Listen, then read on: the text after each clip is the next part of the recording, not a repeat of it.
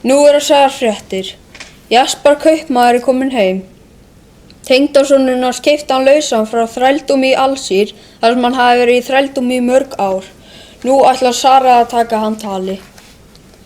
Nú ertu búin að vera í þrældómi í mörg ár.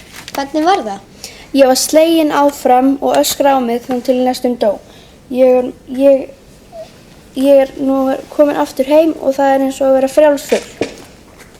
Eru húsin öðruvísi? Já, allt öðruvísi. Þökin eru flöt og úr steini. Hægt er að ganga upp á þakinu. Ekki gler í gluggum svo það loftar vel í húsinu en það er mjög heitt. Hvernig klæðist fólkið? Það er klætt í létt silkiföt. Karlarnir eru með vefjuhatt utan höfuðið og vítt belti sem þeir geyma vopnin sín í. Nú var dóttirinni rætt líka. Hvernig hefur hún það? Í dag hefur hún það gott. Góður maður keypti hana sem heitir Júsamet, spænskur af uppruna.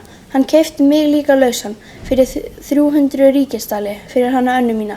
Anna hefur eignast börn með honum og er nú klædd pelli og gullnum purpura með blæju af dýrum vefnaði fyrir andlitinu. Enda allar konur í Alsír ganga með blæju yfir hári og fyrir andlitinu. Takk fyrir spjallið.